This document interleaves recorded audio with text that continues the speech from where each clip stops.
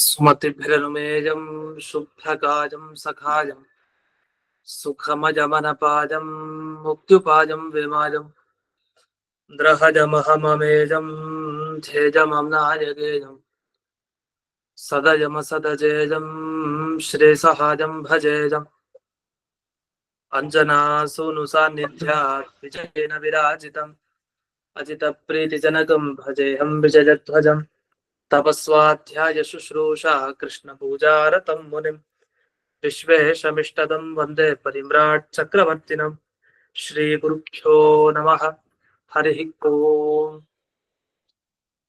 ಜನ್ಮಾದ್ಯಸ್ಯ ಯತೋನ್ವಯಾದಿತರತಶ್ಚಾರ್ಥೇಷ್ವಭಿಘ್ನಸ್ವರಾಟ್ ತೇನೇ ಬ್ರಹ್ಮ ಹೃದಯ ಆದಿಕವಯೇ ಮುಹ್ಯಂತಿ ಯಂ ಸೂರಯಃ ತೇಜೋ ವಾರಿಮೃದಾಂ ಯಥಾ ವಿನಿಮಯೋ ಯತ್ರ ತ್ರಿಸರ್ಗೋ ಮೃಷಾ ಧಾಮ್ನಾ ಸ್ವೇನ ಸದಾ ನಿರಸ್ತಕುಹಕಂ ಸತ್ಯಂ ಪರಂ ಧೀಮಹಿ ಓಂ ಸ್ವಸ್ತ್ಯಸ್ತು ಸದಾಂ ಅಶೇಷ ಸನ್ಮಂಗಲಾನಿ ಭವಂತು ಸಮ್ಯಕ್ ಶ್ಲೋಕೈಕ ಶ್ರವಣ ಪಠನ ಮಾತ್ರೇಣ ವಕ್ತುಶ್ಚ ಶ್ರೋತॄಣಾಂ ನಿಖಿಲ ಕಲಿಕೃತ ಕಲ್ಮಷ ಅಪನೋದನ ಪಡುತ್ತದೆ ಶ್ರೀಮದ್ಭಾಗವತೆ ಮಹಾಪುರಾಣೆ ದ್ವಿತೀಯ ಸ್ಕಂಧೆ ದಶಮಾಧ್ಯಾಯೇ ಅದ್ಯ ಕಥಾನುವಾದೇ ಸತಿ ಕಿಂಚಿತ್ ಪೂರ್ವ ಕಥಾನುವಾದಃ. ಇದುವರೆಗೆ 10ನೇ ಶ್ಲೋಕದ ವಿವರಣೆ ಆಗ್ತಾ ಇತ್ತು. ಒಂದು ನಿಮಿಷ.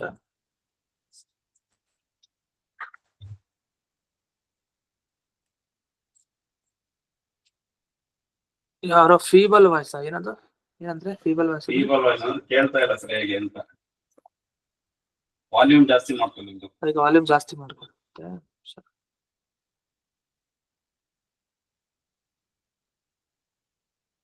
ಈಗ ಕೇಳಿಸ್ತಾ ಇದೆಯಾ? ಚೆನ್ನಾಗಿ ಕೇಳಿಸ್ತಾ ಇದೆ. ಹೌದಾ? ಗುರುಗಳೇ ಅವಾಗ್ಲೂ ಕೇಳಿಸ್ತಾ ಇತ್ತು ಗುರುಗಳೇ. ನೆಟ್ವರ್ಕ್ ಪ್ರಾಬ್ಲಮ್ ಇರ್ಬೋದು. ಸರಿ.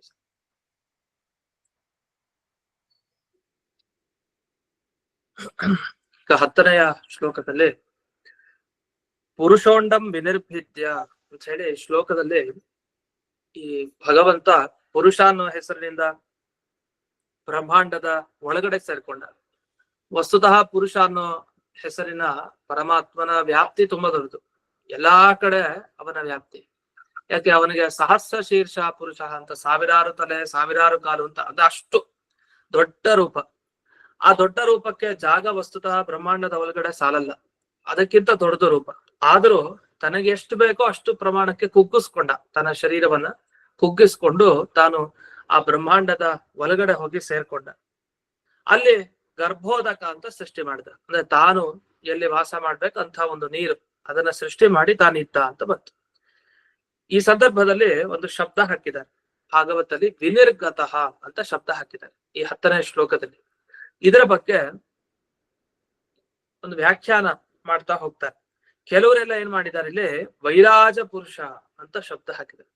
ವೈರಾಜ ಪುರುಷ ಅಂತಂದ್ರೆ ಚತುರ್ಮುಖ ಬ್ರಹ್ಮದೇವರು ಅಂತ ಅರ್ಥ ಮಾಡಿದ್ರು. ಅಂದ್ರೆ ಚತುರ್ಮುಖ ಬ್ರಹ್ಮದೇವರೇ ಅವನೇ, ಅಂದ್ರೆ ಪರಮಾತ್ಮ ಅಂದ್ರೆ ಅವನೇ ಚತುರ್ಮುಖ. ಅವನೇ ನೀರ್ನಲ್ಲಿ ತಾನು ಮಲ್ಕೊಂಡು ನಾರಾಯಣ ಅಂತ ಅನಿಸ್ಕೊಂಡಿರೋದು ಅಂತ. ಅಂದ್ರೆ ನಾರಾಯಣ ಅಂದ್ರೆ ವಿಷ್ಣು ಅಲ್ಲ, ಇವ್ರ ಪ್ರಕಾರ ಚತುರ್ಮುಖ ಬ್ರಹ್ಮದೇವರು ಅಂತ ಕೆಲವರು ವ್ಯಾಖ್ಯಾನ ಮಾಡಿದ್ದಾರೆ. ಇನ್ ಕೆಲವ್ರು ಏನ್ ಮಾಡಿದ್ರು, ಬ್ರಹ್ಮಾಂಡವನ್ನ ಹೊಕ್ಕದ್ನಲ್ಲ ಪರಮಾತ್ಮ, ವಾಪಸ್ಸು ಅದನ್ನ ಭೇದಿಸ್ಕೊಂಡ್ ಬಂದಂತೆ. ಭೇದಿಸ್ಕೊಂಡ್ ಬರೋದು ಅಂದ್ರೆ ಸೀಳ್ಕೊಂಡ್ ಬರೋದು ಅಂತ ಅರ್ಥ. ಸೃಷ್ಟಿ ಮಾಡೋದೆಲ್ಲ ಮಾಡಿ ಆ ಬ್ರಹ್ಮಾಂಡವನ್ನ ಸೀಳ್ಕೊಂಡು ಹೊರಗ್ ಬರ್ತಾನೆ ಅಂದ್ರೆ ಅರ್ಥ ಇಲ್ಲ. ತಾನೇ ಚೆನ್ನಾಗಿ ಮನೆ ಕಟ್ಟಿ ತಾನೇ ಆ ಮನೆಯನ್ನ ಒಡೆದಾಕಿದ್ರೆ ಹೇಗೋ ಹಾಗಾಯ್ತು.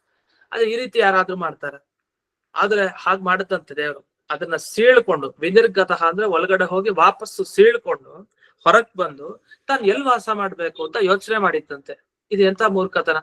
ಸೃಷ್ಟಿ ಮಾಡಿದ ಬ್ರಹ್ಮಾಂಡದ ಒಳಗಡೆ ಇರ್ಬೋದಿತ್ತು, ಅದೇ ಒಳಗಡೆ ಹೋಗಿ ಮತ್ತ ಆ ಬ್ರಹ್ಮಾಂಡವನ್ನ ಭೇದಿಸ್ಕೊಂಡು ಹೊರಗ್ ಬಂದು ಆಮೇಲೆ ತಾನು ವಾಸ ಮಾಡ್ಲಿಕ್ಕೆ ಯಾವ ಸ್ಥಳ ಅಂತ ತಾನು ಹುಡುಕದ್ದಂತೆ. ಅದೇನಂದ್ರೆ ಅಲ್ಲಿವರೆಗೆ ಅವನಿಗೆ ಸ್ಥಳದ ಬಗ್ಗೆ ಯೋಚನೆ ಇಲ್ವಂತೆ. ಹೊರಗ್ ಬಂದ್ಮೇಲೆ ಎಲ್ಲಿರೋದು ಅಂತ ಚಿಂತೆ ಆಯ್ತಂತೆ. ಆಮೇಲೆ ನೀರನ್ನ ಸೃಷ್ಟಿ ಮಾಡ್ತಾನಂತೆ ಹೊರಗ್ ಬಂದ ಮೇಲೆ. ಆಮೇಲೆ ಅಲ್ಲಿ ವಾಸ ಮಾಡ್ಕೊಂಡ ಅಂತ. ವಸ್ತುತಃ ಹೀಗೆಲ್ಲ ಅರ್ಥ ಅಲ್ವೇ ಅಲ್ಲ. ಇಲ್ಲಿ ವಿನಿರ್ಗತಃ ಅನ್ನೋದಕ್ಕೆ ಒಳಗಡೆ ಹೋಗಿ ವ್ಯಕ್ತ ಆದ ಹೀಗೆ ಅಂತ, ಅಂದ್ರೆ ಹೊರಗೆ ಹೀಗೆ ವ್ಯಕ್ತ ಆದ ಹೇಗೆ ನೀರನ್ನ ಸೃಷ್ಟಿ ಮಾಡಿ ಅಲ್ಲೇ ಗರ್ಭೋದಕದಲ್ಲಿ ಇದ್ದ. ಅಷ್ಟೇ ಅಲ್ಲ, ಇದ್ದವನ್ ಯಾರು? ಚತುರ್ಮುಖ ಬ್ರಹ್ಮದೇವರು ಅಲ್ಲ, ಅದು ಪರಮಾತ್ಮ. ಈ ಎಲ್ಲ ಅರ್ಥವನ್ನ ಮನಸ್ಸಿನಲ್ಲಿ ಇಟ್ಕೊಂಡು ಮಧ್ವಾಚಾರ್ಯರು ತಮ್ಮ ಭಾಗವತ ತಾತ್ಪರ್ಯದಲ್ಲಿ ಬಿಡಿಸ್ತಾರೆ. ವಿನಿರ್ಗತಃ ಅನ್ನೋ ಶಬ್ದಕ್ಕೆ ಭೇದಿಸ್ಕೊಂಡು ಹೊರಗೆ ಬರೋದು ಅಂತ ಅರ್ಥ ಅಲ್ಲ, ಹೊರತು ಪ್ರಕಾಶಿತ ಅಂದ್ರೆ ಬ್ರಹ್ಮಾಂಡದಿಂದ ಹೊರಗೆ ಬಂದಿದ್ದಲ್ಲ, ಬ್ರಹ್ಮಾಂಡದ ಒಳಗಡೆ ಹೀಗೆ ಪ್ರಕಟ ಆದ ಭಗವಂತ ಅಂತ ಅರ್ಥ. ಸರಿ, ಇದೆಲ್ಲ ಆಯ್ತಲ್ಲ. ಈಗ ಆ ನಾರಾಯಣ ಅನ್ನೋ ಶಬ್ದಕ್ಕೆ ಅರ್ಥವನ್ನ ಬಿಡಿಸ್ತಾ ಹೋಗ್ತಾರೆ. ನಮ್ಗೆ ಈಗಾಗಲೇ ಗೊತ್ತಿರತ್ತೆ ನಾರಾಯಣ ಅಂತ ಯಾಕೆ ಭಗವಂತನ ಕರೀತಾರೆ ಅಂದ್ರೆ, ತಾನೇ ಸೃಷ್ಟಿ ಮಾಡಿದ ನೀರಿನಲ್ಲಿ ವಾಸ ಮಾಡ್ಕೊಂಡಿರ್ತಾನೆ, ಹಾಗಾಗಿ ಅವನಿಗೆ ನಾರಾಯಣ ಅಂತ ಕರೀತಾರೆ. ಒಂದು ಅಪೂರ್ವವಾದ ಒಂದು ಶಬ್ದ. ಈ ಗರ್ಭೋದಕ ಅಂತೆಲ್ಲ ಏನೇನ್ ಶಬ್ದ ಬಂತು, ಇದು ಬಹಳ ಮುಖ್ಯ. ಒಂದು ಬ್ರಹ್ಮಾಂಡ ಸೃಷ್ಟಿ ಅಥವಾ ಒಂದು ಪ್ರಜೆಯ ಸೃಷ್ಟಿ ಆಗ್ಬೇಕು ಅಂದ್ರೆ ಹಾಗೆಲ್ಲ ಗರ್ಭೋದಕ ಅಂತ ಇರುತ್ತೆ. ಆ ಗರ್ಭದ ಒಳಗಡೆ ನೆಲೆಸಿರುತ್ತೆ ಆ ಮಗು, ಅದರಿಂದ ಹೊರಗ್ ಬರೋದು, ಈ ತರ ಏನು ಪ್ರಕ್ರಿಯೆನೆಲ್ಲ ಇದೆಯಲ್ಲ, ಆ ತರದ ಪ್ರಕ್ರಿಯೆ ನಮ್ಗೆ ಇದರಿಂದಾನೇ ಮೂಲಭೂತವಾಗಿ ಹೊರಗ್ ಬಂದ ಹಾಗೆ. ಅಂತೂ ಈಗ ನಾರಾಯಣ ಶಬ್ದಕ್ಕೆ ಏನರ್ಥ ಅಂತ ನೋಡೋಣ. ಈಗ 11ನೇ ಶ್ಲೋಕದಲ್ಲಿ ಅದನ್ನ ವಿವರಿಸ್ತಾ ಹೋಗ್ತಾರೆ. ಸೃಷ್ಟಿ ಮಾಡಿದ್ಮೇಲೆ ಏನಾಯ್ತು? ನೀರನ್ನ ಸೃಷ್ಟಿ ಮಾಡಿದ ದೇವರು. ಅಂದ್ರೆ ತನ್ನ ಪೂಜೆಗೆ ಇನ್ಮೇಲೆ ನೀರನ್ನ ಬಳಸ್ಕೊಳ್ಬೇಕು. ಮುಂದಿನವರು ಯಾರ್ಯಾರು ಸೃಷ್ಟಿಗೆ ಬರ್ತಾರೆ ಅವ್ರಿಗೆ ನೀರೇ ಸಾಧನ, ಮುಖ್ಯವಾಗಿ ಅವನ ಪೂಜೆ ಮಾಡ್ಲಿಕ್ಕೆ ಅಂತ. ಅದಕ್ಕೋಸ್ಕರ ನೀರನ್ನ ಸೃಷ್ಟಿ ಮಾಡ್ತಾರೆ. ಈಗ 11ನೇ ಶ್ಲೋಕಕ್ಕೆ ಹೋಗೋಣ. ತಾಸ್ವಭಾತ್ಸೀತ್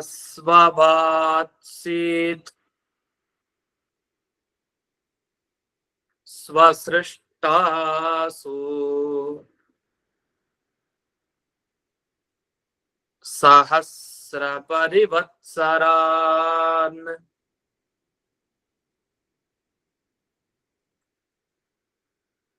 ತೇನ ನಾರಾಯಣೋ ನಾಮ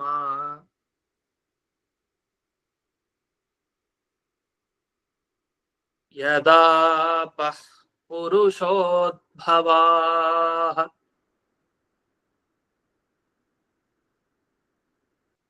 ಸ್ವಸೃಷ್ಟಾಸು, ತಾನೇ ಸೃಷ್ಟಿಯನ್ನ ಮಾಡಿದ. ಯಾವುದು? ಅಂದ್ರೆ ಈ ನೀರು ಪದಾರ್ಥ ಅಂದ್ರೆ ಅದನ್ನ ತಾನೇ ಸೃಷ್ಟಿ ಮಾಡಿದ. ಮಾಡಿ ಭಗವಂತ ಆ ನೀರಿನಲ್ಲಿ ಎಷ್ಟು ದಿವಸ ಇದ್ದ ಅಂದ್ರೆ, ಅದು ಅವ್ರು ಹೇಳೋದು ದಿವಸ ಲೆಕ್ಕ ಅಲ್ಲ, ವರ್ಷಗಳ ಲೆಕ್ಕ. ಅದು ಕೂಡ ಎಷ್ಟು? ಸಹಸ್ರ ಪರಿವತ್ಸರ ಅಂದ್ರೆ 1000 ವರ್ಷ ತಾನು ಆ ನೀರಿನಲ್ಲಿ ವಾಸ ಮಾಡ್ಕೊಂಡಿದ್ದ. ಹೀಗೆ ತಾನೇ ಸೃಷ್ಟಿ ಮಾಡಿದ ನೀರಿನಲ್ಲಿ 1000 ವರ್ಷ ಕಾಲ ಭಗವಂತ ಏನ್ ವಾಸ ಮಾಡಿದ್ರಿಂದ ಅವನಿಗೇನ್ ಹೆಸರು ಬಂತು? ನಾರಾಯಣೋ ನಾಮ. ಅವನ ಹೆಸರು ನಾರಾಯಣ ಅಂತ ಹೆಸರು ಬಂತು. ಅದ್ ಹೇಗೆ? ನಾರಾಯಣ ಅಂತ ಇದೆಯಲ್ಲ ಆ ಶಬ್ದ, ಆ ಶಬ್ದವನ್ನ ಬಿಡಿಸಿ ಅರ್ಥವನ್ನ ಹೇಳ್ತಾರೆ. ನಮ್ಗಾಗ ಇನ್ನೂ ಸ್ಪಷ್ಟ ಆಗತ್ತೆ. ಅಂತೂ ನೀರಿನಲ್ಲಿ ನೀರನ್ನ ಸೃಷ್ಟಿ ಮಾಡಿ ಅಲ್ಲಿ 1000 ವರ್ಷ ಕಾಲ ತಾನು ವಾಸ ಮಾಡಿ ಇದ್ದದ್ರಿಂದ ಭಗವಂತನಿಗೆ ನಾರಾಯಣ ಅಂತ ಹೆಸರು ಬಂತು. ವಸ್ತುತಃ ಇನ್ನೂ 2 ಹೆಸರು ಬರ್ಬೋದಿತ್ತು. ಏನಂತ ಅಲ್ಲಿ ಟಿಪ್ಪಣಿಲೆಲ್ಲ ಪ್ರಶ್ನೆಯನ್ನು ಕೂಡ ಮಾಡ್ಕೊಂಡಿದ್ದಾರೆ. ಏನಂತ ಪ್ರಶ್ನೆ ಮಾಡ್ಕೊಂಡಿದ್ದಾರೆ ಅಂದ್ರೆ, ಈ ಅಭಾಯನ ಅಂತ ಭಗವಂತನಿಗೆ ಹೆಸರು ಬರ್ಬೋದಿತ್ತು, ಅಥವಾ ಜಲಾಯನ ಅಂತ ಬರ್ಬೋದಿತ್ತು, ಅಥವಾ ಅಪ್ಸ್ವಾಸ ಅಂತ ಬರ್ಬೋದಿತ್ತು. ಅಂದ್ರೆ ನೀರಿನಲ್ಲಿ ಇರೋನು ಅಂತ ಅರ್ಥ. ಅಪ್ ಅಂದ್ರೆ ನೀರು ಅಂತ ಅರ್ಥ. ನಾವೆಲ್ಲ ಈ ಸಂಧ್ಯಾವಂದನೆ ಮಂತ್ರಗಳಲ್ಲಿ ಆಪೋಹಿಷ್ಟ ಹೇಳ್ತೀವಲ್ಲ, ಆಪೋ ಅಪ್ ಅಂತ ಏನು ಶಬ್ದ ಬರುತ್ತಲ್ಲ ಈ ಮಂತ್ರಗಳಲ್ಲಿ, ಅಪ್ ಆಪ ಈ ಶಬ್ದ ಎಲ್ಲ ನೀರು ಅನ್ನೋ ಅರ್ಥವನ್ನ ಕೊಡುತ್ತೆ. ಹಾಗಾದ್ರೆ ಅಪ್ ಅಯನ ಅಂದ್ರೆ ಅಭಯನ ಅಂದ್ರೆ ನೀರನ್ನ ಆಶ್ರಯಿಸಿಕೊಂಡು, ಅಯನ ಅಂದ್ರೆ ಆಶ್ರಯಿಸಿಕೊಂಡಿರೋದು ಅಂತ ಅರ್ಥ, ಆಧಾರ. ಹಾಗಾದ್ರೆ ನೀರೇ ಯಾರಿಗೆ ಆಧಾರನೋ ಅಂಥವನಿಗೆ ಅಭಯನ ಅಂತ ಕರೀತಾರೆ. ಅಪ್ ಅಯನ ಅಭಯನ. ಅಥವಾ ಅಪ್ಸ್ವಾಸ, ಅಪ್ಸು ಅಂದ್ರೆ ನೀರಿನಲ್ಲಿ ಆಸ ಇರೋನು ಅಂತ ಅರ್ಥ, ಅಪ್ಸ್ವಾಸ ಅನ್ನೋದಾಗ್ಲಿ. ಅಥವಾ ಜಲಾಯನ, ಜಲವನ್ನ ಆಧಾರವನ್ನಾಗಿ ಇಟ್ಕೊಂಡಿರೋನು ಅಂತಾಗ್ಲಿ. ಹೆಸರು ಯಾಕೆ ಬರಬಾರ್ದಿತ್ತು? ಅಭಯನ ಇಲ್ಲ, ಅಪ್ಸ್ವಾಸ ಅನ್ನೋ ಶಬ್ದ ಇಲ್ಲ, ಜಲಾಯನ ಇಲ್ಲ, ನಾರಾಯಣ ಯಾಕೆ ಬಂತೀಗ ಅಂತ ಪ್ರಶ್ನೆ. ಅದಕ್ಕೆ ಉತ್ತರ ಕೊಡ್ತಾರೆ, ಯದಾಪಹ ಪುರುಷೋದ್ಭವ, ಪುರುಷರೂಪಿ ಪರಮಾತ್ಮನಿಂದ ಹುಟ್ಟಿದ್ದು ಯಾವುದು? ನೀರು. ಆ ನೀರು ನರನಿಂದ ಹುಟ್ಟಿದ್ರಿಂದ ನಾರ ಅಂತ ಅನಿಸ್ಕೊಳತ್ತಂತೆ ಆ ನೀರು. ಯಾಕೆಂದ್ರೆ ನರ ಅಂದ್ರೆ ಪುರುಷನಿಗೆ ಹೆಸರು, ಅಂದ್ರೆ ಪರಮಾತ್ಮನಿಗೆ. ಇಲ್ಲಿ ಪುರುಷ ಅನ್ನೋ ಶಬ್ದದಿಂದ ದೇವರನ್ನೇ ತಗೊಳ್ಳೋದು. ಪುರುಷ ಸೂಕ್ತದಿಂದ ಹೇಳಲ್ಪಡುವಂತ ಪುರುಷ ಇದನ್ನಲ್ಲ ಪರಮಾತ್ಮ, ಅವನನ್ನು ತಗೊಳ್ಳೋದು. ಕೆಲವರೆಲ್ಲ ಅದಕ್ಕೂ ಅರ್ಥ ಮಾಡಿದ್ದಾರೆ. ಏನಂದ್ರೆ ವೇದ ಮಂತ್ರಗಳಿಗೆ ಅರ್ಥ ಮಾಡ್ಲಿಕ್ಕೆ ಬರ್ದೇನೆ ಪುರುಷ ಅಂದ್ರೆ ಜೀವ ಅಂತ ಅರ್ಥ ಮಾಡ್ಬಿಟ್ಟಿದ್ದಾರೆ. ಜೀವ ಹೇಗೆ ಅರ್ಥ? ಅವನಿಗೆ ಸಾವಿರಾರು ತಲೆ, ಸಾವಿರಾರು ಇದು. ಹೌದು, ಸಾವಿರಾರು ಜನ್ಮದಲ್ಲಿ ಬರ್ಬೋದಲ್ಲ, ಸಾವಿರಾರು ತಲೆ ಹಾಗಿಟ್ಕೊಂಡು ಹೇಳಿದೀವಿ. ಅಥವಾ ಇಲ್ಲ, ಪುರುಷ ದೇವ್ರು ಬೇರೆ ಅಲ್ಲ, ಹಾಗಾಗಿ ಪುರುಷ ಸೂಕ್ತದಿಂದ ಜೀವನನೂ ಹೇಳ್ಬೋದು ಅಂತ ಹೀಗೆಲ್ಲ ಅಪಾರ್ಥ ಮಾಡಿರೋದು ಇದೆ ಪುರುಷ ಸೂಕ್ತಕ್ಕೆ. ಆದ್ರೆ ಹಾಗಲ್ಲ. ಪುರುಷ ಅಂತ ಎಲ್ಲರ ಪೂ ಅಂದ್ರೆ ದೇಹ, ಪುರ್ ಅಂದ್ರೆ ದೇಹ, ದೇಹದಲ್ಲಿ ಶ ಇರೋನಾದ್ರಿಂದ ಪುರುಷ ಅಂತ ದೇವರಿಗೆ ಹೆಸರು. ಅವನೆಲ್ಲರ ಅಂತರ್ಯಾಮಿಯಾಗಿರೋದ್ರಿಂದ ಅಂಥ ಈ ಪುರುಷ ರೂಪಿ ಪರಮಾತ್ಮನಿಗೆ ನರ ಅಂತ ಹೆಸರಿದೆ. ಯಾಕೆ ಅವನಿಗೆ ನರ ಅಂತ ಹೆಸರು ಅಂದ್ರೆ, ಯಾರಿಗೆ ನಾಶ ಇಲ್ವೋ, ಹುಟ್ಟು ಇಲ್ಲ ನಾಶನೂ ಇಲ್ಲ, ಅಂಥವನಿಗೆ ನರ ಅಂತ ಕರೀತಾರೆ. ನ ರೀಯತೆ, ಯಾರಿಗೆ ನಾಶ ಇಲ್ಲ. ಅಲ್ಲಿ ರೀಯ ಅನ್ನೋಲ್ಲಿ ರ ಇದೆಯಲ್ಲ, ರ ಅಂದ್ರೆ ನಾಶ ಅಂತ ಅರ್ಥ. ರ ಅಂದ್ರೆ ನಾಶ ಯಾರಿಗಿಲ್ವೋ ಅವನಿಗೆ ನರ ಅಂತ ಕರೀತಾರೆ. ಅಂಥ ನರನಿಂದ ಸೃಷ್ಟಿಯಾದದ್ದು ನೀರು, ಅದಕ್ಕೆ ನಾರ ಅಂತ ಕರೀತಾರೆ. ನೀರಿಗೆ ನೀರ ಅಂತಾನು ಶಬ್ದ ಇದೆ. ನೀರಾಯಣ ಮಂದಿರಾಯ ಅಂತ ಒಂದು ಇಲ್ಲಿ ಸ್ತೋತ್ರದಲ್ಲೂ ಕೂಡ, ಸ್ತೋತ್ರ ಪಾಠದಲ್ಲಿ ಮೊದಲನೇ ಸ್ತೋತ್ರ ಒಂದು ಆಯ್ತು ಪಾಠ, ದಶಾವತಾರ ಸ್ತೋತ್ರ ಅಂದ್ರೆ 2-3ನೇ ಸ್ತೋತ್ರ ಪಾಠ ಆದಾಗ ಅಲ್ಲಿ ನೀರಾಯಣ ಮಂದಿರಾಯ ಅಂತ ಒಂದು ಶಬ್ದ ಬರುತ್ತೆ. ಅಲ್ಲಿ ನೀರಾಯಣ ಅನ್ನೋಲ್ಲಿ ನೀರ ಅನ್ನೋ ಶಬ್ದಕ್ಕೆ ನೀರು ಅಂತ ಅರ್ಥ. ನೀರ, ನೀರು ಅಂತ ನಾವು ಕನ್ನಡದಲ್ಲಿ ಬಳಸ್ತೀವಿ. ನೀರ ಅಂದ್ರು ಸಂಸ್ಕೃತದಲ್ಲಿ ನೀರು ಅಂತಾನೆ ಅರ್ಥ. ನೀರ ಅಂತ ಅರ್ಥ ಇದೆ, ನಾರ ಅಂತಾನು ಇದೆ. ನರನಿಂದ ಸೃಷ್ಟಿಯಾಗಿದ್ರಿಂದ ಮೊದಲಿಗೆ ಆ ನೀರಿಗೆ ಅಂದ್ರೆ ಆ ಜಲಕ್ಕೆ ನಾರ ಅಂತ ಕರೀತಾರೆ. ಆ ನಾರವನ್ನೇ ಅಂದ್ರೆ ನೀರನ್ನೇ ಆಧಾರವಾಗಿ ಆಶ್ರಯವಾಗಿ ಇಟ್ಕೊಂಡಲ್ಲ, ಅದಕ್ಕೆ ನಾರಾಯಣ ಅಂತ ಕರೀತಾರೆ. ಇದು ಮುಖ್ಯವಾಗಿ ಅರ್ಥ. ನಾವದಕ್ಕೆ ಏನ್ ಮಾಡ್ತೀವಿ, ನಾರ ಅಂದ್ರೆ ಲಕ್ಷ್ಮೀ ದೇವಿ, ಲಕ್ಷ್ಮೀ ದೇವಿಗೆ ಆಧಾರ ಇವನು, ಅದನ್ನ ನಾರಾಯಣ. ಅಥವಾ ನಾರ ಅಂದ್ರೆ ವಾಯುದೇವರು, ವಾಯುದೇವರಿಗೆ ಆಧಾರ ಆದ್ರಿಂದ ನಾರಾಯಣ. ಅಥವಾ ನಾರ ಅಂದ್ರೆ ಮನುಷ್ಯರು, ನರರು ಅಂದ್ರೆ ಮನುಷ್ಯರು, ಮನುಷ್ಯರ ಗುಂಪಿಗೆ ನಾರ ಅಂತ ಕರೀತಾರೆ. ನಾರರಿಗೆ ಅಯ್ಯನ ಆಧಾರ ಆದ್ರಿಂದ ನಾರಾಯಣ ಅಂತ. ಹೀಗೆ ಅನೇಕ ಅರ್ಥ ಇದೆ ನಾರಾಯಣ ಶಬ್ದಕ್ಕೆ. ಅದು ನಮ್ಗೆ ಅನುವ್ಯಾಖ್ಯಾನದಲ್ಲೇ ಮೊದಲಿಗೆ ತಿಳಿಸ್ತಾರೆ. ನಾವೆಲ್ಲ ಪ್ರತಿನಿತ್ಯ ಈಗ ಸುಧಾ ಪಾಠದ ಮೊದಲಿಗೆ ನಾವು ಮಂಗಳಾಚರಣೆ ಮಾಡ್ತೀವಿ. ನಾರಾಯಣಂ ನಿಖಿಲ ಪೂರ್ಣ ಗುಣೈಕ ದೇಹಂ ನಿರ್ದೋಷಂ ಅಂತ ಹೇಳಿ ಒಂದೊಂದು ಶಬ್ದ ಇದೆಯಲ್ಲ, ಅಲ್ಲಿ 6 ಅರ್ಥ ಹೇಳಿದ್ದಾರೆ ನಾರಾಯಣ ಅನ್ನೋ ಶಬ್ದಕ್ಕೆ. ವಿಶಿಷ್ಟವಾದ ಅರ್ಥ ಅದು 124 ಇದೆ, 150 ಇದೆ, 108 ಇದೆ, ಹೀಗೆ ಬೇಕಾದಷ್ಟು ಅರ್ಥವನ್ನ ಮಾಡಿದ್ದಾರೆ. ಅದು ಸಂಖ್ಯೆ ಮಿತಿ ಇಲ್ಲ, ಸಿಕ್ಕಿರೋದಷ್ಟೇ ಕೆಲವು ಅರ್ಥಗಳು, ಅದು ತುಂಬಾ ಅರ್ಥ ಇದೆ. ಅಂತೂ ಮೂಲ ಭಾಗವತದಲ್ಲಿ ಈ ನಾರಾಯಣ ಶಬ್ದಕ್ಕೆ ಅರ್ಥವನ್ನ ಬಿಡಿಸ್ತಾ ಹೇಳಿದ್ದಿಷ್ಟು, ತಾನೇ ಸೃಷ್ಟಿ ಮಾಡಿದ ನೀರು ನಾರ ಅನ್ನಿಸ್ತು, ನಾರದಲ್ಲಿ ಇದ್ದಾದ್ರಿಂದ ನಾರಾಯಣ ಅಂತ. ಇಷ್ಟು. ಇದರ ಬಗ್ಗೆ ಪ್ರಮಾಣನೂ ಕೂಡ ಇದೆ, ಸುಮ್ನೆ ಹೇಳಿಲ್ಲ. ಸೋಪೋಸೃಜ ತಥೋ ನಾರಾಹ ನರೋ ನಾಶಾತ್ ಪರೋಯತಃ ಅಂಡಂ ಪ್ರವಿಷ್ಟೋ ಯೋ ವಿಷ್ಣು ಸೋಂಡಂ ಭಿದ್ವಾ ಪ್ರಕಾಶಿತಃ ಅಂತ ನಾರಾಯಣ ಅಧ್ಯಾತ್ಮ ಅಂತ ಒಂದು ಗ್ರಂಥ. ಅಲ್ಲಿ ಈ ವಿಷಯವನ್ನು ತಿಳಿಸಿದ್ದಾರೆ ಅಂತ ಆಚಾರ್ಯರು ಅದರ ಉಲ್ಲೇಖ ಮಾಡ್ತಾರೆ ತಾತ್ಪರ್ಯದಲ್ಲಿ. ಆಚಾರ್ಯರೇ ಹೇಳಿದ್ರೂ ಗೊತ್ತಾಯ್ತು ಈ ಶಬ್ದಕ್ಕೆ ಏನ್ ಅರ್ಥ ಅಂತ. ಅಲ್ಲಿ ಬರ್ದಿರೋದು ಸ್ಪಷ್ಟ. ಅಂಡಂ ಪ್ರವಿಷ್ಟ, ಅಂಡ ಅಂದ್ರೆ ಬ್ರಹ್ಮಾಂಡ, ಬ್ರಹ್ಮಾಂಡದ ಒಳಗಡೆ ಸೇರ್ಕೊಂಡ ಪರಮಾತ್ಮ. ಆಮೇಲೆ ಅಂಡವನ್ನ ಭೇದಿಸಿಕೊಂಡು ತಾನು ಪ್ರಕಟಗೊಂಡ. ಅಂಡವನ್ನ ಭೇದಿಸ್ಕೊಳ್ಳೋದು ಅಂದ್ರೆ ಏನರ್ಥ, ತನಗೆ ಎಷ್ಟು ಬೇಕೋ ಅಷ್ಟಕ್ಕೆ ತಕ್ಕ ಹಾಗೆ ತನ್ನ ರೂಪ ಬೆಳೆಸ್ಕೊಂಡು ವ್ಯಕ್ತನಾದ. ವ್ಯಕ್ತನಾಗಬೇಕಾದ್ರೆ ಪರಮಾತ್ಮ ತಾನು ತೋರಿಸ್ಕೊಳ್ಬೇಕಾದ್ರೆ ತಾನು ನೀರನ್ನ ಸೃಷ್ಟಿ ಮಾಡಿ ತಾನು ಆಮೇಲೆ ಅಲ್ಲಿ ನೆಲೆಸ್ತ. ಆ ನೀರನ್ನು ಸೃಷ್ಟಿ ಮಾಡಿದ್ನಲ್ಲ, ಹಾಗಾಗಿ ಅದಕ್ಕೆ ನಾರ ಅಂತ ಕರೀತಾರೆ. ಹಾಗಾದ್ರೆ ನರ ಅಂತ ಯಾಕೆ ದೇವರಿಗೆ ಹೆಸರು?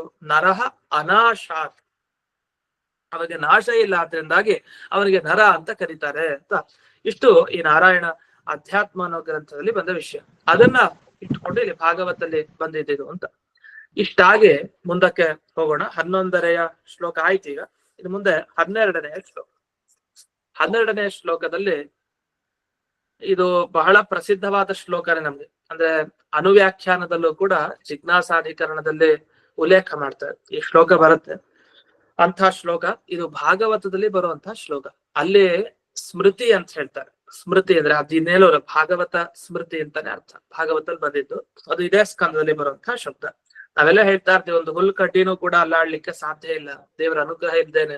ತೇನ ವಿನ ತೃಣಮಪಿ ನ ಚಲತಿ, ಅವ್ನಿಲ್ದೇನೆ ಒಂದು ಹುಲ್ಲು ಕಡ್ಡಿನೂ ಕೂಡ ಅಲುಗಾಡ್ಲಿಕ್ಕೆ ಸಾಧ್ಯ ಇಲ್ಲ ಅಂತ. ಅಂದ್ರೆ ಪ್ರತಿಯೊಂದು ವಸ್ತುನು ದೇವರ ಅನುಗ್ರಹದಿಂದಲೇ ಇರೋದು, ನಡೆಯೋದು ಎಲ್ಲ ಅವನಿಂದಲೇ ಅಂತ ಏನ್ ಹೇಳ್ತೀವಲ್ಲ, ಅದಕ್ಕೆ ಪೂರಕವಾಗಿ ಪ್ರಮಾಣ ಕೊಡುವಂತಹ ಶ್ಲೋಕನೇ ಇದು. ಅದು ಇದೇ ಭಾಗವತದ 2ನೇ ಸ್ಕಂದದ ಕೊನೆ ಅಧ್ಯಾಯದಲ್ಲಿ ಬರುವಂತಹ ಶ್ಲೋಕ.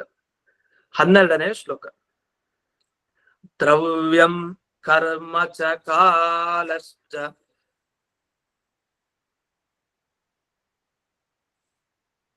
ಸ್ವಭಾವೋ ಜೀವ ಏವ ಚ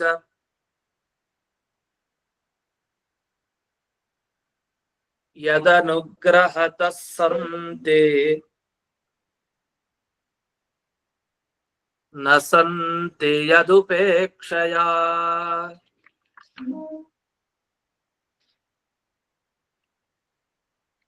ಈಗ ಒಂದು ಪ್ರಶ್ನೆ ಬರುತ್ತೆ, ಈ ಶ್ಲೋಕ ಯಾಕೆ ಬಂತು ಈಗ ಪ್ರಸಂಗ ಅಂದ್ರೆ, ಭಗವಂತ ಸೃಷ್ಟಿ ಏನೋ ಮಾಡ್ತಾನೆ ನಿಜ, ಆದ್ರೆ ಸೃಷ್ಟಿ ಮಾಡ್ಲಿಕ್ಕೆ ಬೇರೆ ಬೇರೆ ಸಾಧನಗಳನ್ನು ಬಳಸ್ಕೊಡ್ತಾನೆ.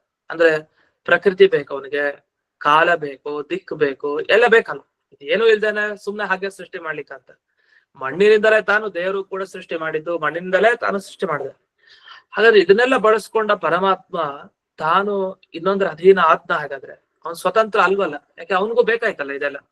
ಅವನು ಈ ಜಗತ್ತನ್ನ ಹಾಗೆ ಸೃಷ್ಟಿ ಮಾಡಿದ್ನ, ಜಗತ್ತಿಗೆ ಏನೇನ್ ಬೇಕೋ ಅದನ್ನೆಲ್ಲ ತಾನು ಬಳಸ್ಕೊಂಡೇ ಸೃಷ್ಟಿ ಮಾಡಿದ್ದು.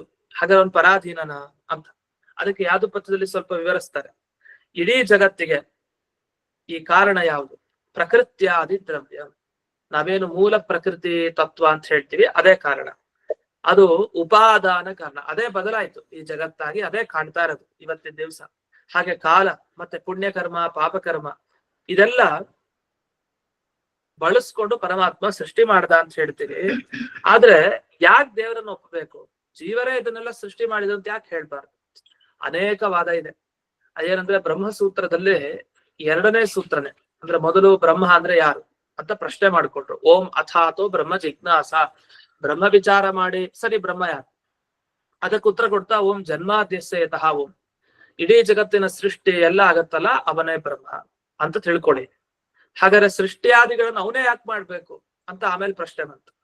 ಅದಕ್ಕೆ ಕೆಲವರು ಹೇಳ್ತಾರಲ್ಲ, ಜಗತ್ತು ಅವತ್ತಿನಿಂದಲೂ ಹೀಗೆ ಇದೆ, ಅದು ಹಾಗೆ ಬದಲಾಗ್ತಾ ಇದೆ, ಅದಕ್ಕೊಬ್ಬ ದೇವರು ಬೇಕಾಗಿಲ್ಲ, ತಾನಾಗೆ ಬದಲಾಗ್ತಾ ಇದೆ ಅಷ್ಟೇ, ಪ್ರಕೃತಿಯೇ ಎಲ್ಲಾ ಮಾಡುತ್ತೆ, ಅದಕ್ಕೊಬ್ಬ ಸ್ವತಂತ್ರನಾದ ಒಬ್ಬ ದೇವರನ್ನು ಒಪ್ಪುವ ಅಗತ್ಯ ಇಲ್ಲ ಅಂತ ಒಂದು ವಾದ ಇದೆ. ಇದನ್ನೆಲ್ಲ ನ್ಯಾಯ ಸುಧಾದಲ್ಲಿ ತುಂಬಾ ಖಂಡನೆ ಮಾಡಿದ್ದಾರೆ. ಮುಂದೆ ನಾವು ನೋಡ್ತೀವಿ 2ನೇ ಅಧ್ಯಾಯ ಬಂದಾಗ. ಈ ಪ್ರಕೃತಿಯಿಂದಲೇ ಇಡೀ ಜಗತ್ತಿನ ಪರಿಣಾಮ ಅದೇ ಮಾಡ್ತಾ ಇದೆ ಎಲ್ಲ ಅಷ್ಟೇ. ಅದರ ಹಿನ್ನೆಲೆಯಲ್ಲಿ ಒಬ್ಬ ಅತೀಂದ್ರಿಯ ಶಕ್ತಿಯನ್ನು ಪಡೆದಿರೋ ಒಬ್ಬ ದೇವರು ಅಂತ ಬೇಕಾಗಿಲ್ಲ. ಆ ವಾದನೆ ಇದು. ಅದರಿಂದ ಏನು ಬೇಕಾಗಿಲ್ಲ, ಒಬ್ಬ ದೇವರು ಅಂತಿಲ್ಲ. ಸರಿ, ಜೀವರಿದಾರಲ್ಲ ಅವರೇ ಜಗತ್ತನ್ನ ಸೃಷ್ಟಿ ಮಾಡ್ಬೋದಲ್ಲ? ಮಾಡ್ಬೋದು ಖಂಡಿತ. ಹೇಗೆ? ಅವ್ರಿರೋ ಪುಣ್ಯ, ಒಬ್ಬೊಬ್ಬ ಜೀವರ ಪುಣ್ಯ ಅಷ್ಟೊಂದು, ಅದಕ್ಕೆ ಜೀವರೇ ಸೇರ್ಕೊಂಡು ಈ ಜಗತ್ತನ್ನ ತಮ್ಮ ತಮ್ಮ ಪುಣ್ಯದಿಂದ ಸೃಷ್ಟಿ ಮಾಡ್ಬಿಟ್ಟಿದ್ದಾರೆ ಅಂತ. ಹೀಗೆ ದೇವರೇ ಬೇಡ್ವಲ್ಲ ಜಗತ್ತಿನ ಸೃಷ್ಟಿಗೆ ಅಂತ ಎಲ್ಲ ಆಕ್ಷೇಪ ಬರುತ್ತೆ. ಇದು ತುಂಬಾ ಚಿಕ್ಕದಾಗಿದೆ ಇಲ್ಲ ಆಕ್ಷೇಪ. ಅಲ್ಲಿ ಸುಧಾದೆಲ್ಲ ತುಂಬಾ ವಿಸ್ತಾರವಾಗಿ ಬ್ರಹ್ಮಸೂತ್ರ ಅನುವ್ಯಾಖ್ಯಾನ ಅದರೆಲ್ಲ ವಿಸ್ತಾರವಾಗಿ ಅದ್ರ ಬಗ್ಗೆ ಪೂರ್ವ ಪಕ್ಷ ಮಾಡಿದ್ದಾರೆ. ಯಾಕೆ ಹಾಗೆ ಹೇಳ್ತಾರೆ ಅವರೆಲ್ಲ ಪ್ರಶ್ನೆ, ಇದು ಪೂರ್ವ ಪಕ್ಷಿಗಳು ಅಂತ ಹೇಳಿ ವಿಸ್ತಾರವಾಗಿ ಖಂಡನೆಯನ್ನು ಮಾಡಿದ್ದಾರೆ. ಅದ್ಯಾವ್ದು ಸರಿ ಇಲ್ಲ ಅಂತ. ಇಲ್ಲಿ ಚಿಕ್ಕದಾಗಿ ದೇವರು ಯಾಕೆ ಒಪ್ಬೇಕು ದೇವರನ್ನ, ಅವನ್ನ ಯಾಕೆ ಸೃಷ್ಟಿ ಮಾಡ್ಬೇಕು, ಪ್ರಕೃತಿ ತತ್ವ ಹಾಗೆ ಎಲ್ಲ ಮಾಡ್ಲಿ ಅದೇ ಕೆಲಸ, ಅಥವಾ ಜೀವನೇ ಮಾಡ್ಲಿ, ಯಾಕೆ ದೇವರು ಅಂತ ಯಾಕೆ ಒಪ್ಬೇಕು ಅಂತ. ಕಾಣ್ತಾ ಇರೋದ್ರಿಂದಲೇ ಕೂಡಿಸ್ಲಿಕ್ಕೆ ಬರ್ಬೇಕಾದ್ರೆ ಕಾಣದೇ ಇರೋ ಒಬ್ಬ ವ್ಯಕ್ತಿಯ ಅಗತ್ಯ ಏನು ಅಂತ ಈ ಪ್ರಶ್ನೆಯ ಹಿನ್ನೆಲೆ. ಜೀವರ ಕಾಣ್ತಾರೆ, ಒಬ್ಬೊಬ್ಬ ಜೀವರಿಗೆ ಒಂದೊಂದು ಸಾಮರ್ಥ್ಯ ಇದೆ. ಒಬ್ಬ ಇರೋಂತರ ಇನ್ನೊಬ್ಬ ಇರಲ್ಲ, ಒಬ್ಬನಿಗಿರೋ ಶಕ್ತಿ ಇನ್ನೊಬ್ಬರಿಗಿರಲ್ಲ. ವಿಲಕ್ಷಣವಾದ ಶಕ್ತಿ ಇರುತ್ತೆ, ಕೆಲವರು ಮಂದರಿರ್ತಾರೆ, ಕೆಲವರು ಬುದ್ಧಿವಂತರಿರ್ತಾರೆ. ಹೀಗೆ ಒಬ್ಬೊಬ್ಬರ ಸಾಮರ್ಥ್ಯ ಅಷ್ಟು. ಅವರ ಸಾಮರ್ಥ್ಯ ತಕ್ಕ ಹಾಗೆ ಅವರೇ ಜಗತ್ತನ್ನ ಹಾಗೆ ಬದಲಾಯಿಸಿಕೊಂಡು ಅನಾದಿ ಕಾಲದಿಂದ ಹೀಗೆ ಹೋಗ್ತಾ ಇದ್ದಾರೆ. ಬೇಡ, ಪ್ರಕೃತಿನೇ ಹೊಂದಾವಣಿಕೆ ಮಾಡ್ಕೊಂಡು ಹೋಗ್ತಾ ಇದೆ ಆ ಜೀವರಿಗೆಲ್ಲ, ತಾನೇ ಬದಲಾಗ್ತಾ ಹೋಗ್ತಾ ಇದೆ ಅಷ್ಟೇ. ಆದ್ರಿಂದ ಕಾಣುವಂತಹ ಪ್ರಕೃತಿ ಇದೆ, ಮಣ್ಣು ಕಾಣ್ತಾ ಇದೆ, ಪಂಚಭೂತಗಳು ಎಲ್ಲವೂ ಇದೆ, ಅನುಭವಕ್ಕೆ ಬರ್ತಾ ಇದೆ. ಜೀವನನ್ನೆಲ್ಲ ನಾವು ಸುತ್ತಲೂ ಮುತ್ತಲು ನೋಡ್ತಾ ಇದೀವಿ. ಇಷ್ಟೇ ಸಾಕಲ್ಲ, ಯಾಕೆ ದೇವ್ರು ಬೇಕು ಅಂತ ಒಂದು ಪ್ರಶ್ನೆ. ಅದಕ್ಕೆ ಇಲ್ಲ, ಭಾಗವತ ಹೇಳುತ್ತೆ ಹಾಗಲ್ಲ. ಪ್ರತಿ ವಸ್ತುನು ಕೂಡ ಒಂದು ಅತೀಂದ್ರಿಯ ಶಕ್ತಿಯ ಹಿನ್ನೆಲೆಯಲ್ಲಿ ಅದರ ಅನುಗ್ರಹದಿಂದಲೇ ಇರೋದು, ಅದಿಲ್ಲದೆ ಏನು ಆಗಲ್ಲ ಅಂತ. ಅದನ್ನ ಬ್ರಹ್ಮಸೂತ್ರದಲ್ಲಿ ತುಂಬಾ ಚೆನ್ನಾಗಿ ಖಂಡನೆ ಮಾಡ್ತಾರೆ. ಸುಧಾದಲ್ಲಂತೂ ಬಹಳ ಚೆನ್ನಾಗಿದೆ ಆ ಶ್ಲೋಕ. ಈಗ ಬಂತಲ್ಲ, ದ್ರವ್ಯಂ ಕರ್ಮಚ ಕಾಲಸ್ಥ. ದ್ರವ್ಯ, ದ್ರವ್ಯ ಅನ್ನೋದಕ್ಕೆ ವಿಜಯಧ್ವಜ ತೀರ್ಥರು ತಾವು ವಿವರಣೆ ಮಾಡ್ತಾರೆ. ಪೃಥಿವ್ಯಾದಿ ದ್ರವ್ಯ ಅಂದ್ರೆ ಪೃಥಿವಿ, ಜಲ, ತೇಜಸ್ಸು, ಆಕಾಶ, ವಾಯು, ಏನ್ ಪಂಚಭೂತಗಳಿದೆ ಇದೆಲ್ಲವೂ ಯದನುಗ್ರಹ ತಸ್ಸಂತಿ. ಯಾರ ಅನುಗ್ರಹ ಇರೋದ್ರಿಂದ ಇವೆಲ್ಲ ಇದೆ ಅಷ್ಟೇ. ಒಂದ್ ವೇಳೆ ಯದುಪೇಕ್ಷಯ, ಅವನು ಉಪೇಕ್ಷೆ ಮಾಡಿದ್ರೆ, ಸ್ವಲ್ಪ ಉದಾಸೀನೆ ಮಾಡಿ ಇದೆಲ್ಲ ಹೋಗ್ಲಿ ಅಂತ ಸ್ವಲ್ಪ ಮನಸ್ಸಿಗೆ ಅನ್ಸಿದ್ರೆ ಸಾಕು, ಆಗ ನಸಂತಿ ಯಾವ್ದು ಉಳಿಯಲ್ಲ, ಎಲ್ಲ ಪ್ರಳಯ ಆಗೋಗತ್ತೆ ಅಂತ ಅರ್ಥ. ಇನ್ನು ಕರ್ಮ, ಕರ್ಮ ಅಂದ್ರೆ ಜೀವರ ಅನಾದಿ ಕರ್ಮನೂ ಕೂಡ. ಅವನು ವಸ್ತುತಃ ಪರಮಾತ್ಮ ಬಹಳ ಕೃಪಾಳು. ಅವನ ಸಾಮರ್ಥ್ಯ ಎಷ್ಟು ಅಂದ್ರೆ ಅದು ನಿತ್ಯ ಆಗಿದ್ರು ಅದನ್ನ ನಾಶ ಮಾಡೋ ಶಕ್ತಿ ಇದೆ ಅಂತ ದೇವರಿಗೆ. ನಾವೆಲ್ಲ ಅನ್ಕೊಳ್ತೀವಿ ಜೀವರು ಒಂದು ಜನ್ಮದಲ್ಲಿ ಅಷ್ಟೇ ಅಲ್ಲ, ಅನಾದಿ ಕಾಲದಿಂದ ಇದ್ದಾರೆ, ಮುಂದೆನೂ ಇರ್ತಾರೆ, ಇವತ್ತಿಗೂ ಇದ್ದಾರೆ, ಎಲ್ಲ ಹಿಂದೆನೂ ಇದ್ರು, ಈ ತರ ಎಲ್ಲ ಹೇಳ್ತೀವಲ್ಲ. ವಸ್ತುತಃ ಜೀವ ಅನಾದಿ ನಿತ್ಯ ಆಗಿದ್ರು ಅವನನ್ನು ನಾಶ ಮಾಡೋ ಶಕ್ತಿ ದೇವರಿಗೆ ಇದೆಯಂತೆ ಸಂಪೂರ್ಣ. ಆ ವಸ್ತುನೇ ಇಲ್ದೇ ಇರೋ ತರ ಮಾಡ್ಲಿಕ್ಕೆ ಇದೆಯಂತೆ. ಆದ್ರೆ ಅವನ್ ಸತ್ಯ ಸಂಕಲ್ಪ, ಅವನ್ ಹಾಗೆ ಮಾಡಲ್ಲಂತೆ. ಅಷ್ಟು ಶಕ್ತಿ ಇದ್ರೂ ಕೂಡ ಆ ಜೀವನನ್ನು ನಾಶ ಮಾಡಲ್ಲ, ಅವನ ಸ್ವರೂಪ ನಾಶ ಮಾಡಲ್ಲ, ವಸ್ತುತಃ ನಾಶ ಮಾಡುವಂತ ಶಕ್ತಿ ಇದೆ. ಆದ್ರಿಂದ ಜೀವನೇ ಯಾವಾಗ ಅವನ ಅಧೀನನೋ, ಇನ್ನು ಅವನು ಮಾಡೋ ಕರ್ಮಗಳು, ಅದು ಪುಣ್ಯ ಆಗ್ಲಿ ಪಾಪ ಆಗ್ಲಿ, ಎಲ್ಲ ಅವನ ಅಧೀನ. ಅವನ ಅನುಗ್ರಹ ಇದ್ರೆ ಆಗುತ್ತೆ, ಇಲ್ಲ ಅಂದ್ರೆ ಆಗಲ್ಲ. ಇನ್ನು ಕಾಲಶ್ಚ, ಕಾಲನೂ ಕೂಡ, ಕಾಲ ಅಂತಂದ್ರೆ ನಾವು ನೋಡ್ತಾ ಇರೋಂತಹ ಯಾವುದೇ ಕಾಲ ಆಗ್ಬೋದು, ವರ್ತಮಾನ ಕಾಲ, ಭೂತಕಾಲ, ಭವಿಷ್ಯತ್ ಕಾಲ. ಕಾಲ ಅಂತ ಒಂದು ಇರ್ಬೇಕು ಅಂದ್ರೆ ಅದು ದೇವರಿರ್ಬೇಕು, ಇಲ್ಲ ಅಂದ್ರೆ ಸಾಧ್ಯ ಇಲ್ಲ. ಸ್ವಭಾವ ಮತ್ತೆ ಯೋಗ್ಯತೆ, ಒಂದೊಂದು ವಸ್ತುವಿನ ಯೋಗ್ಯತೆ ಏನೇನಿದೆ ಅದು ಕೂಡ ದೇವರ ಅಧೀನ. ಜೀವ ಏವಚ್ಚ, ಹಾಗೆ ಪ್ರತಿಯೊಬ್ಬ ಜೀವನು ಕೂಡ. ಎಲ್ಲ ಈ ವಸ್ತುಗಳು ಕೂಡ ಭಗವಂತನ ಅನುಗ್ರಹ ಇದ್ರೆ ಮಾತ್ರ ಇವೆ, ಇಲ್ಲ ಅಂದ್ರೆ ಇಲ್ಲ. ನಮ್ಗೆ ಅನ್ಸತ್ತೆ ಏನು ದೇವರ ಅನುಗ್ರಹ ಇಲ್ಲಪ್ಪ, ನಾವೇನ್ ಬದುಕಿಲ್ವಾ, ಇದ್ದೇ ಇರ್ತೀವಿ, ಓಡಾಡ್ತೀವಿ, ಮಾಡ್ತೀವಿ. ಈಗೆಲ್ಲ ನಾಸ್ತಿಕರಿದಾರಲ್ಲ, ಅವ್ರ ದೇವರನ್ನೇ ಒಪ್ಪಲ್ಲ ಅಂತವ್ರು ನಾವಿದೀವಲ್ಲ ಈಗ ಅಂತ ಎಲ್ಲ ಮಾತಾಡೋರು ಇರ್ತಾರೆ. ಅಂದ್ರೆ ಅರ್ಥ ನಾಸ್ತಿಕತೆಯನ್ನ ಅವರು ಹೊಂದಿ ಮಾತಾಡ್ತಾ ಇದ್ದಾರೆ. ವಸ್ತುತಃ ಹಲವು ನಾಸ್ತಿಕರಿಗೂ ತಾವು ಒಂದು ಸಲಿನಾದ್ರೂ ದೇವ್ರನ್ನ ಒಪ್ಪೋ ಅಗತ್ಯ ಬೀಳತ್ತೆ ಜೀವನದಲ್ಲಿ, ಆಗ ಅವರು ಒಪ್ಕೊಂಡಿರೋರು ಇದ್ದಾರೆ. ಅದಲ್ದೆ ಇದು ಸಂತಿ ನಸಂತಿ ಅನ್ನೋ ಶಬ್ದಕ್ಕೆ ಏನ್ ಅರ್ಥ ಅಂದ್ರೆ, ಈ ಇರೋದು ಇಲ್ದೇ ಇರೋದು ಅನ್ನೋದಕ್ಕೆ ಇಲ್ಲಿ ಅರ್ಥ ಒತ್ತು ಕೊಡ್ತಾ ಇಲ್ಲ ಜಾಸ್ತಿ. ಏನ್ ಕೊಡ್ತಾ ಇದ್ದಾರೆ ಅಂದ್ರೆ, ಸಂತಿ ಅಂದ್ರೆ ಕಾರ್ಯಕ್ಷಮಾಹ ಭವಂತಿ. ಒಂದ್ ಕೆಲಸ ಮಾಡ್ಬೇಕು ಅಂತ ಅಂದುಕೊಂಡಾಗ ಅದಕ್ಕೊಂದು ಶಕ್ತಿ ಬಂದು ಮಾಡ್ತಾರಲ್ಲ, ಅದನ್ನ ಇಲ್ಲಿ ಹೇಳ್ತಾ ಇರೋದು. ದೇವರ ಅನುಗ್ರಹ ಆದ್ರೆ ಕೆಲವು ವಸ್ತುಗಳನ್ನ ಬಳಸ್ಕೊಂಡು ನಮ್ ಕೈಲಿ ಮಾಡ್ಲಿಕ್ಕಾಗತ್ತೆ, ಇಲ್ಲ ಅಂದ್ರೆ ನಮ್ ಕೈಲಿ ಮಾಡ್ಲಿಕ್ಕೆ ಆಗಲ್ಲ. ಅದನ್ನೇ ವೇದವ್ಯಾಸರು ಒಂದು ಬ್ರಹ್ಮಸೂತ್ರದಲ್ಲಿ ಹೇಳ್ತಾರೆ, ಓಂ ಇತರ ವ್ಯಪದೇಶಾದ್ ಹಿತ ಅಕರಣಾದಿ ದೋಷ ಪ್ರಸಕ್ತಿ ಓಂ ಅಂತ. ಹೌದು, ಜೀವ ಸ್ವತಂತ್ರ ಆದ್ರೆ, ಜೀವನ ಎಲ್ಲ ಮಾಡ್ಕೊಳ್ಳೋದಿರ್ತಾರೆ, ಯಾಕೆ ಇವನಿಗೆ ನಾನು ಹಿತ ಆಗ್ಬೇಕು, ನನ್ಗೆ ಒಳ್ಳೇದಾಗ್ಬೇಕು ಅಂತ ಅಂದ್ಕೊಂಡ್ರು ಕೆಟ್ಟದ್ದೇ ಆಗತ್ತೆ. ಏನ್ ಮಾಡ್ಬೇಕು? ಹಿತ ಅಕರಣ ಅದು ದೊಡ್ಡ ದೋಷ ಅಂತೆ ಜೀವನಿಗೆ. ಬ್ರಹ್ಮಸೂತ್ರದಲ್ಲಿ ವೇದವ್ಯಾಸರು ಹೇಳ್ತಾರೆ, ಹಿತ ಅಕರಣ ಅಹಿತ ಕರಣ. ನನ್ಗೆ ಒಳ್ಳೇದಾಗ್ಬೇಕು ಅಂತ ಅವನ್ ಪ್ರಯತ್ನ ಪಡ್ತಾನಂತೆ, ತನಗ್ ಒಳ್ಳೇದಾಗ್ಬೇಕು ಅಂತ, ಆದ್ರೆ ಕೆಟ್ಟದ್ದೇ ಆಗತ್ತಂತೆ. ಸರಿ, ಕೆಟ್ಟದಾಗ್ಬಾರ್ದು ಅಂತ ತುಂಬಾ ತಡಿತಾನೆ, ಆದ್ರೆ ಕೆಟ್ಟದ್ದಾಗತ್ತೆ. ಏನ್ ಮಾಡೋದು? ಅಹಿತ ಕರಣ ಹಿತ ಅಕರಣ, ಹೀಗೆ ಉಲ್ಟಾ ಆಗತ್ತೆ. ಆದ್ರಿಂದ ಜೀವನಿಗೆ ಸ್ವಾತಂತ್ರ್ಯ ಇಲ್ಲ, ಅಲ್ಲಿ ದೇವರ ಅನುಗ್ರಹ ಇರ್ಲಿಲ್ಲ ಅಂತ ಅರ್ಥ. ಅದೇ ದೇವರ ಅನುಗ್ರಹ ಆಯ್ತು, ಅವನ್ಗೆ ಆಗತ್ತೆ ಮಾಡ್ಲಿಕ್ಕೆ. ಆ ಒಳ್ಳೇದ್ ಮಾಡ್ಬೇಕು ಅಂದ್ರೆ ಆಗತ್ತೆ, ಕೆಟ್ಟದ್ದು ತಡಿಬೇಕು ಅಂದ್ರೆ ಆಗತ್ತೆ. ಆದ್ರೆ ಆಗಲ್ಲ, ಯಾಕೆಂದ್ರೆ ಯದುಪೇಕ್ಷಯ, ದೇವರ ಉಪೇಕ್ಷೆ ಇತ್ತು ಅಂದ್ರೆ ಏನು ಮಾಡ್ಲಿಕ್ಕೆ ಆಗಲ್ಲ. ಈ ಅನುಭವ ಪ್ರತಿಯೊಬ್ಬ ಜೀವನಿಗೆ ಒಂದ್ಸಲನಾದ್ರೂ ಬಂದೇ ಬರುತ್ತಂತೆ, ಪ್ರತಿ ಕ್ಷಣನೂ ಬರುತ್ತೆ. ಅದು ಒಂದ್ಸಲನಾದ್ರೂ ಬರ್ಲೇಬೇಕು, ಒಬ್ಬ ನಾಸ್ತಿಕನಾಗಿದ್ರು ಕೂಡ. ಯಾಕಂದ್ರೆ ನಾಸ್ತಿಕನಿಗೆ ತಾನು ಅನ್ಕೊಂಡಿದ್ದ ಎಲ್ಲ ಮಾಡ್ಲಿಕ್ಕೆ ಅವನಿಗೂ ಆಗಲ್ಲ. ಅದರಿಂದ ಪ್ರತಿಯೊಬ್ಬ ಜೀವನು ಕೂಡ ತಾನು ಅನ್ಕೊಂಡಿದ್ದು ತನ್ನ ಕೈಲಿ ಮಾಡ್ಲಿಕ್ಕೆ ಆಗ್ತಾ ಇಲ್ಲ ಅಂತ ಆದ್ರೆ ಅವನಿಗೆ ಸ್ವಾತಂತ್ರ್ಯ ಇಲ್ಲ ಅಂತ ಅರ್ಥ. ಅವನು ಇನ್ನೊಂದಕ್ಕೆ ಕಟ್ಟು ಬಿದ್ದಿದ್ದಾನೆ, ಅವನು ಇನ್ನೊಂದರ ಅಧೀನವಾಗಿದ್ದಾನೆ. ಅದರ ಅನುಗ್ರಹ ಆದ್ರೆ ಮಾತ್ರ ಅವನು ಮಾಡ್ಲಿಕ್ಕೆ ಸಾಧ್ಯ, ಇಲ್ಲ ಆದ್ರೆ ಆಗಲ್ಲ ಅಂತ.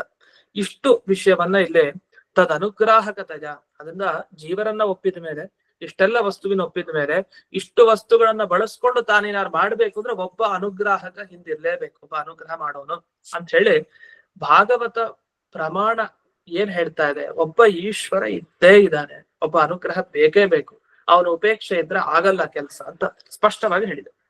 ಸರಿ, ಇದೆಲ್ಲ ಆಯ್ತು. ಇದೆಲ್ಲ ಆದ್ಮೇಲೆ ಮುಂದೆ ಇನ್ನೊಂದು ಪ್ರಶ್ನೆಯನ್ನ ಮಾಡ್ಕೊಳ್ತಾರೆ. ಎಲ್ಲ ಬೇಡ, ಜೀವರ ಸೃಷ್ಟಿ ಯಾಕೆ ಮಾಡ್ಬಾರ್ದು, ದೇವರನ್ನ ಯಾಕೆ ಒಪ್ತೀರಿ? ಜೀವರಿಗೆ ಆಗಲ್ವಲ್ಲ ಅಂದ್ರೆ, ಇಲ್ಲ ಅವ್ರಿಗೆ ಪುಣ್ಯ ಅದೃಷ್ಟ, ಎಲ್ಲರ ಜೀವರ ಅದೃಷ್ಟ ಸೇರ್ಲಿ. ಈಗ ಒಬ್ಬ ಜೀವನ ಪುಣ್ಯ ಸಾಕಾಗಲ್ಲ, ಒಪ್ಕೊಳ್ಳೋಣ. ಆದ್ರೆ ಅನಂತ ಜೀವರಿದೀವಿ, ಅನಂತ ಜೀವರು ಪುಣ್ಯ ಮಾಡಿದ್ದಾರೆ, ಎಲ್ಲರ ಪುಣ್ಯ ಸೇರಿ ಯಾಕೆ ಈ ಜಗತ್ತಿನ ಸೃಷ್ಟಿ ಆಗಿರಬಾರ್ದು, ಯಾಕೆ ಈ ದೇವರನ್ನ ಒಪ್ಪಬೇಕು ಅಂತ ಈ ಪ್ರಶ್ನೆ ಏನೇನಿತ್ತು ಅದಕ್ಕೆಲ್ಲ ಉತ್ತರ ಕೊಟ್ಟಾಗಾಯ್ತು. ಯಾಕೆಂದ್ರೆ ಒಂದು ಪುಣ್ಯ ಪಾಪ ಆಗ್ಲಿ, ಅಥವಾ ಕಾಲ ಕರ್ಮ ಆಗ್ಲಿ, ಒಂದು ಪ್ರಕೃತಿ ತತ್ವ ಆಗ್ಲಿ, ಎಲ್ಲ ದೇವರ ಅಧೀನ. ಮತ್ತೆ ಅನುಭವನೂ ಕೂಡ ಇಲ್ವಲ್ಲ, ನಾವು ಸ್ವತಂತ್ರರು ಅನ್ಲಿಕ್ಕೆ ನಮ್ಗೆ ಅನುಭವನೂ ಇಲ್ಲ. ಒಂದ್ಸಲಿ ಅನ್ನಿಸ್ಬೋದು, ಅದು 2ನೇ ನಿಮಿಷದಲ್ಲಿ 2ನೇ ಕ್ಷಣದಲ್ಲಿ ಗೊತ್ತಾಗತ್ತೆ, ಅಲ್ಲ ನಮಗೆ ಸ್ವಾತಂತ್ರ್ಯ ಇಲ್ಲ ಅಂತ ಗೊತ್ತಾಗುತ್ತೆ. ಹಾಗಾಗಿ ಇವ್ರು ಸುಮ್ಮನೆ ಹೇಳಿದ್ದು ಅಂತಲ್ಲ, ಅನುಭವನೂ ಕೂಡ ಆ ರೀತಿ ಇಲ್ಲ ಅಂತ ಅಲ್ಲೂ ಖಂಡನೆಯನ್ನ ಮಾಡ್ತಾರೆ ಬ್ರಹ್ಮಸೂತ್ರಗಳಲ್ಲಿ. ಅದ ಸಾರ, ಬ್ರಹ್ಮಸೂತ್ರಾರ್ಥ ವಿನಿರ್ಣಯ ಅಂತ ಹೇಳ್ತಾರೆ ಭಾಗವತವನ್ನ. ಆ ರೀತಿ ಬ್ರಹ್ಮಸೂತ್ರದಲ್ಲಿ ಹೇಳಿದ ಫಲ ಅದು ಭಾಗವತದಲ್ಲಿ ಕಾಣುತ್ತೆ. ಇನ್ನು ಮುಂದಿನ ಶ್ಲೋಕ 13ನೇ ಶ್ಲೋಕವನ್ನ ಹೇಳ್ಕೊಡ್ತೀನಿ, ಅದರ ವಿವರಣೆಯನ್ನ ನಾಳೆ ದಿವಸ ನೋಡೋಣ. ಏಕೋ ನಾನಾತ್ವಮನ್ವಿಚ್ಛನ್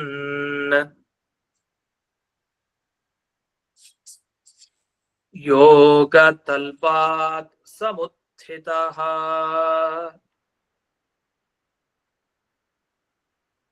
ವೀರ್ಯಂ ಹಿರಣ್ಮಯಂ ದೇವೋ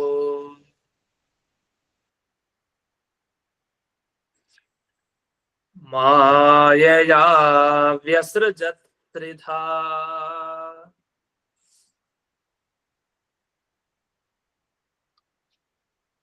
ಈ ಶ್ಲೋಕದಲ್ಲಿ ಮುಂದೆ ಬರೋ ವಿಷಯ ಇಷ್ಟು. ಭಗವಂತ ತಾನು ಬ್ರಹ್ಮದೇವರ ದೇಹವನ್ನ ತಾನು 3 ಬಗೆಯಾಗಿ ಮಾಡ್ತಾನೆ.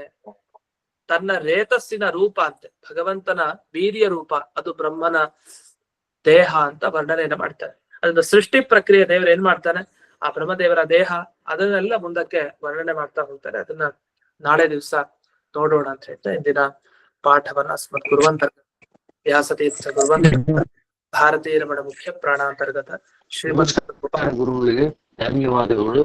ನಮಸ್ಕಾರ ಆಚಾರ್ಯರೇ. ನಮಸ್ಕಾರ ಗುರುಗಳೇ. ನಮಸ್ಕಾರ ನಮಸ್ಕಾರ ಆಚಾರ್ಯ. ಹರೇ ನಮಃ.